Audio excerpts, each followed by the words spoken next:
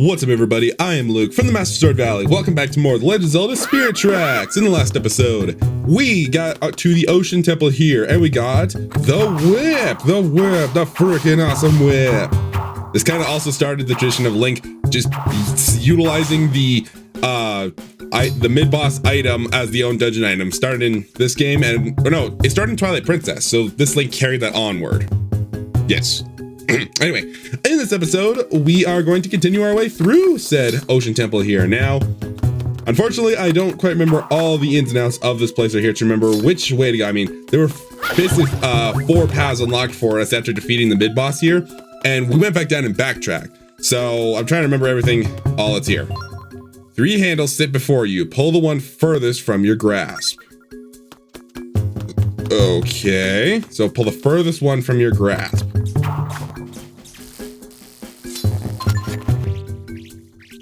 Just in case I forgot, again, got to utilize all the features of the DS after all, including the note system. Anyway, got some more electric choo-choos right here, which we don't even need the whirlwind or boomerang. All we just snap them twice with the whip and we're golden. There we go. Thank you for that heart that I honestly didn't need. All right, furthest one from your grasp. So we must firmly grasp it in its mouth. Yay! Okay, I gotta find out what happens if we pull the other ones. I think I know. Ha! I dodged them all. But yeah, you just get shot with them. And you're meant to fall. They mean for you to fall off the cliff. But hey, I dodged it. I'm a professional at this, I swear. Either way, right here, we have another new mechanic right here with these swords here, where not much is happening with it in that fish's mouth. So we're gonna transfer it to the other one here. That makes a chest and this branch appears so we can easily get back. But the important thing was a small key. I guess that's cool or something. I'm just kidding. All right, go back. Whee! Now I was just here. I was doing some research in this game about something. So I do at least have an idea about the rest of the temple right here, because I'm not gonna lie, the Ocean Temple is still a bit confusing to me. All right, we got a pearl necklace right there. Still holding out for those other treasures that I don't have yet, which I think is still just like two of them. One of which, like, I'm not surprised that I don't have any of right now, because it's kind of basically finite in this game. All the other treasures, well, no, not entirely true. It's just like finding them naturally throughout your world. There are 2 treasures that are finite. We've gotten one of them already, but the other one, like, you can still get them from like the prize postcards and everything. Either way, that opens the door back, so we now have a shortcut, so we have to go all the way around again. And now we can swing, all the way across here. Yeah, as you see, the whip also functions like the boomerang. It can retrieve items to you, or pull items towards you, basically. And with this, we have ourselves a new enemy right here. At least it thinks it's trying to be a new enemy right here. And it's dead. Reminds me, I unfortunately didn't pull up my notes to find out what that thing is. But it's basically a choo-choo with a helmet on it. So, your sword does nothing to it. A helmet choo-choo. That is the most boring name ever. Way to get creative there, devs. Way to get creative there. Anyway, 3 blades sit in a row. Retrieve them all and the path may open. 3 blades in a row. Okay, this is 2 right there, so we don't need that. This is 2 as well. 2 and 4 this time.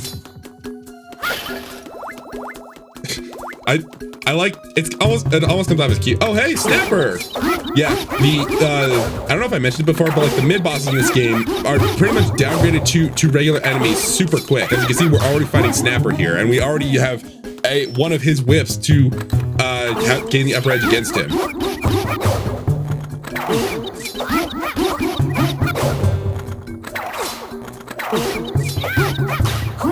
There we go. Now that I know that this is the locked door, I might as well put a circle around that. I might as well do what a certain other person did with a map in Silent Hill. Whoop.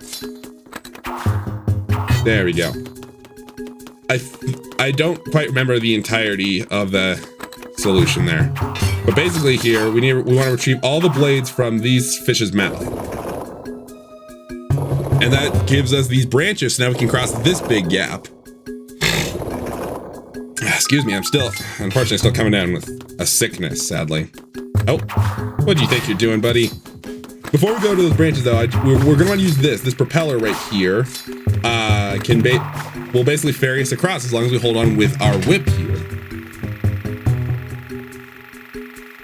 Very slowly. I like how it pans over sharply to show that other one right there. It's like, hey, you need to go back already. Like, no, you don't. Ride this all the way over, and there's a staircase right here. Taking us all the way up to the 6th floor. Yeah, 6 whole floors of this place. Either way, we have ourselves new enemies right here. These are metal choo-choos. These are basically impervious to all of our sub-weapons right here. Like, we could try with the whip, does nothing. We could try with, like, our boomerang, does nothing. It just plinks right off of them. So, as you would guess, we had to use these infinite spawning swords from this fish's mouth here to basically destroy them. But my aim sucks, apparently. There we go. Right as I say it. And boom. Yeah, no, as long as you have like a source of weaponry against them that isn't your own sword, you're good against them. And they're just like normal choo-choos. Just despite the,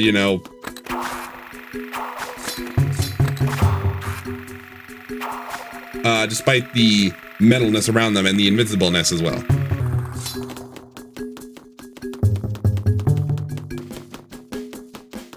All right, now that we are done with all that there, we're going to swing across here. Sweet.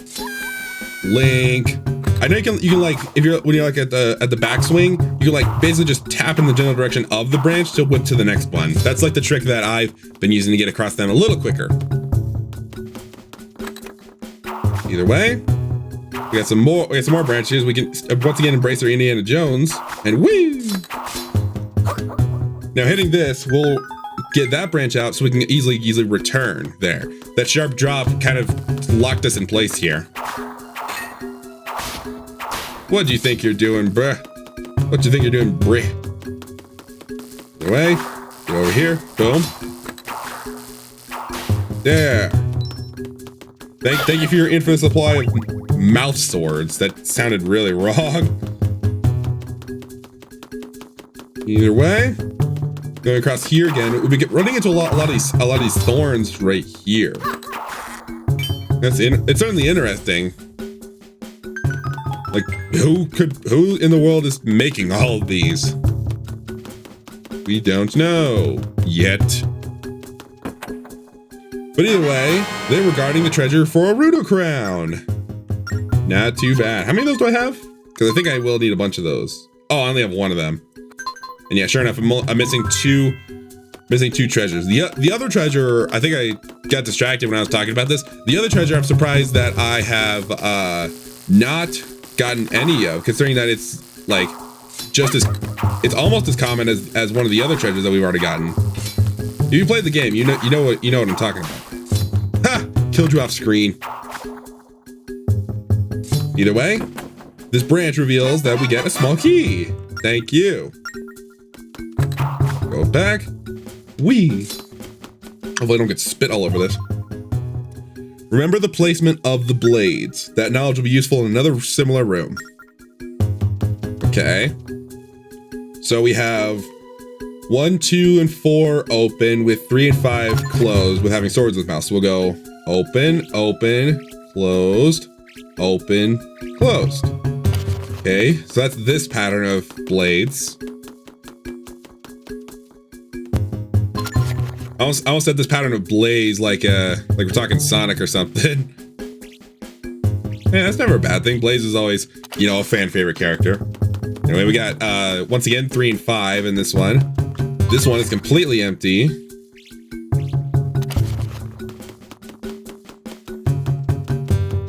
And then we have 1 and 3 in this one. Oh, I did it wrong.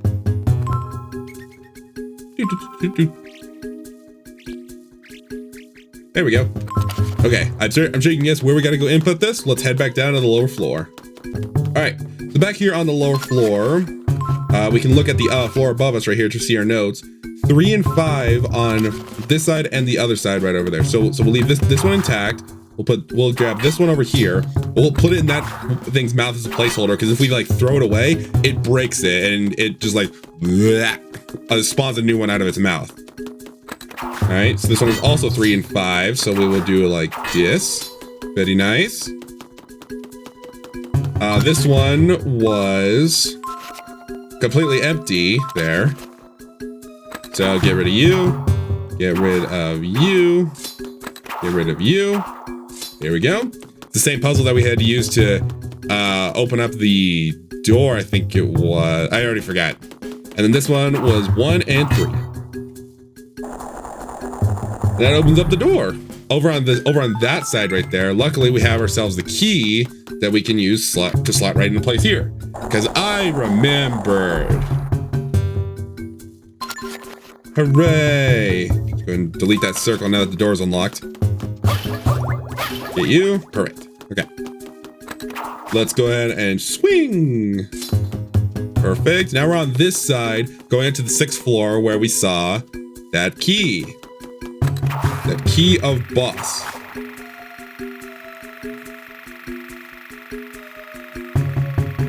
Ride our professional made helicopter over. Drop. Oh, that was close. I didn't realize the drop pattern was so far. Anyway, we got ourselves the boss key right here. Hey, look at that. The lock is right there. This will be a piece of cake. No, it won't. Oh no, we summoned Vince Clortho again. Gorza. Gozer is awakened again. I was called it Gorza. Which I think he's actually called Gorza as a typo in like a Ghostbusters video game. Okay. This time I'm prepared with a whip.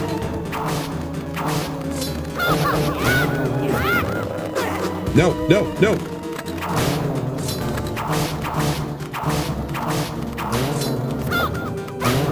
There we go. They're out of my way, at least for now. Oh, shizzle.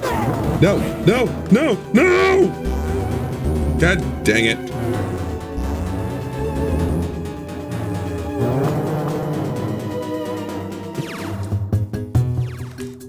But that is a valid strategy, that they won't cross this bridge right here. So we can just... We just throw that right there. A little further, actually. And then just take him out this way.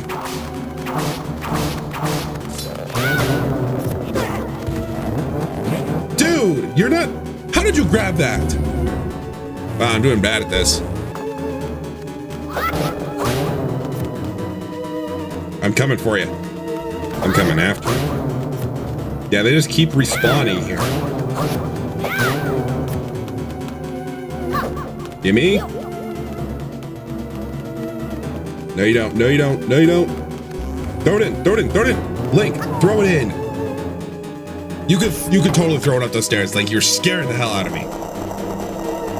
Get out of here, Vince Clortho.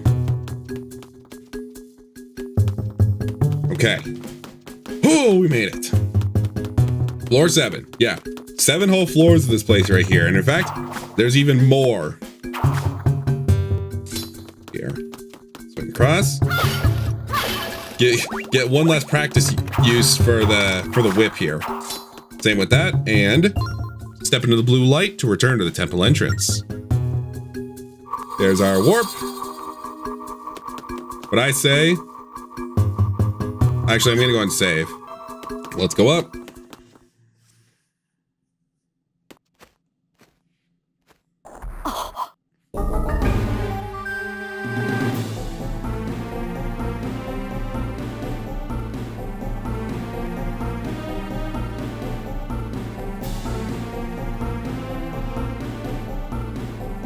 We've made it above the surface and out of the temple this time. If you remember, those of you who have a good memory will actually recognize this place right here as we climb up it. This is that arena looking thing that we saw from the outside while driving the train. I really like that there, that bit of foreshadowing there, how this is basically teased for, this basically teases the boss of the temple right here. Goodness. This part still gives me trouble right here because there's, like right here, as you can see, we're pulling thorns off of these brambles that spawn, but oftentimes I'm so far away from them. And already I've lost 1 heart to this boss already. And we're not even at the boss yet.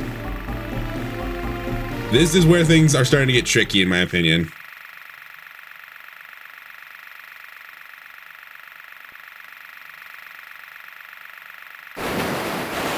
Phytops, Barbed Menace.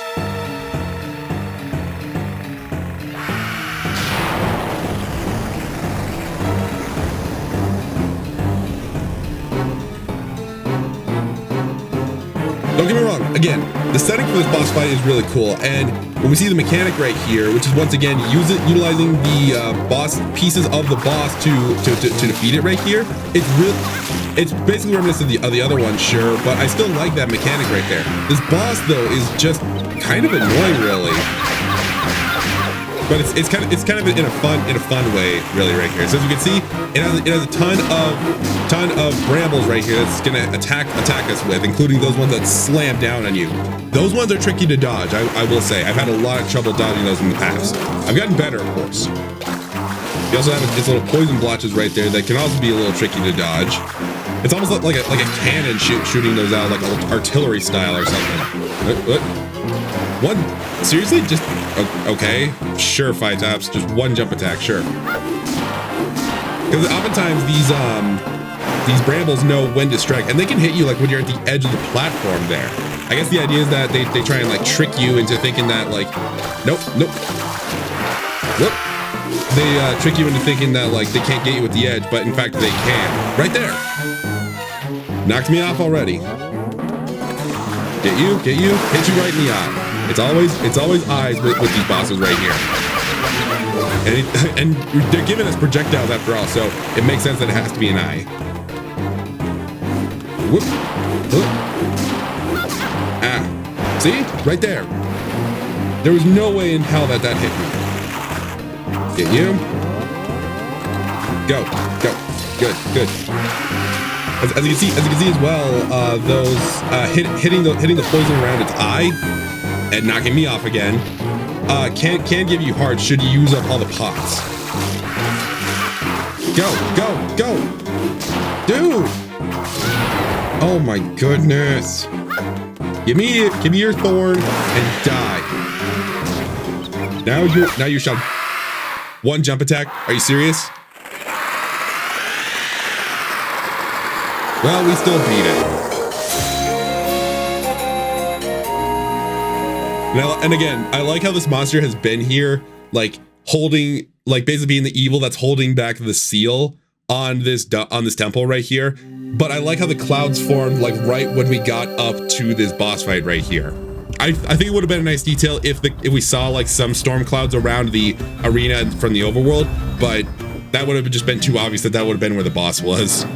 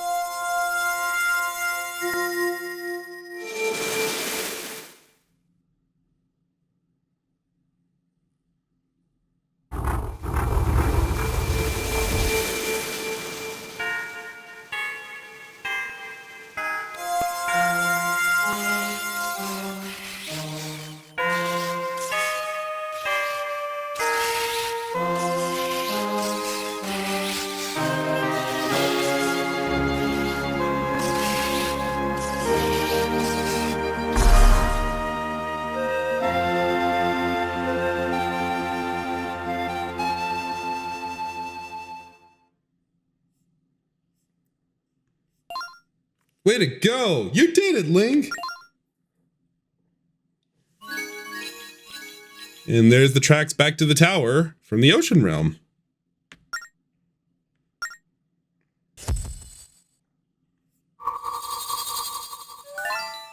Come on, let's go back to the Tower of Spirits, Link. But of course, we can't forget the important thing. The heart container. Giving us a second row already. Awesome. Let's head out.